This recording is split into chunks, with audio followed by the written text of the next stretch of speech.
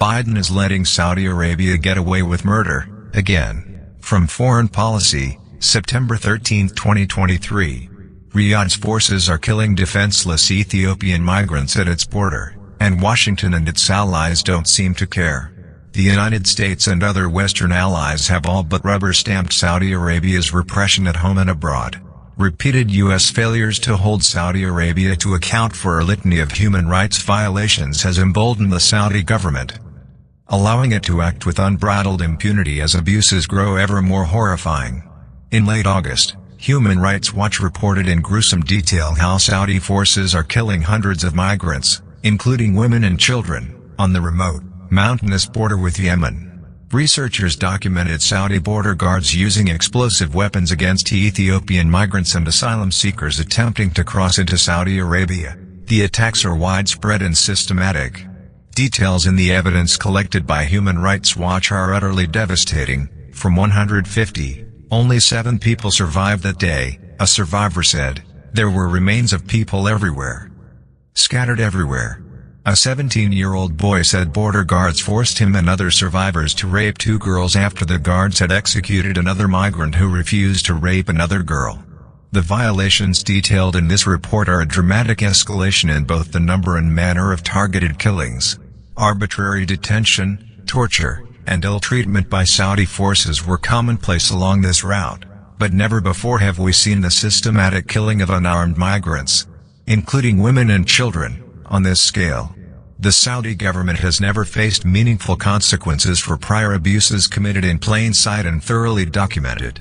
Indeed, U.S. authorities had been briefed on the killings of migrants at the Yemeni-Saudi border for more than a year.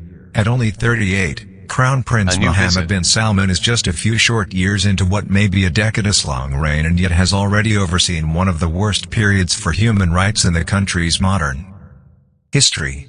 Each year, Saudi Arabia's abuses under his rule metastasize further as the U.S. government fails, again and again, to follow through on threats to hold him to account, all the while courting the kingdom to further Washington's economic and security interests. Human Rights Watch has not yet documented direct involvement of the Crown Prince or any other individual Saudi official in the killings of migrants on the border. But if proved to be part of an explicit state policy of murder, this would be a crime against humanity.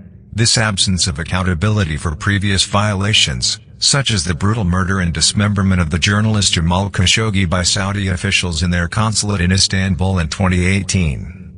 Apparent war crimes committed during the disastrous war in Yemen, such as an October 2016 attack on a funeral ceremony that killed at least 100 people and wounded more than 500, including children, and mounting domestic repression, has emboldened the Crown Prince.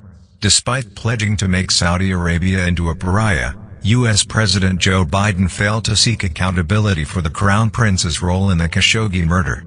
The legal position that the Crown Prince cannot be sued while serving as the head of government, a role he has formally occupied since his appointment as Prime Minister in September 2022, further highlighted this failure to seek accountability despite a U.S. intelligence assessment, released in February 2021, that he approved Khashoggi's murder. In Yemen as well, Saudi leaders have wriggled their way out of accountability. As part of his role as Saudi defense minister between 2015 to 2022, the Crown Prince oversaw unlawful attacks, including apparent war crimes that have killed scores of civilians. The Saudi and United Arab Emirates-led coalition has repeatedly bombed Yemeni civilians, and then skirted the international community's efforts to hold them accountable.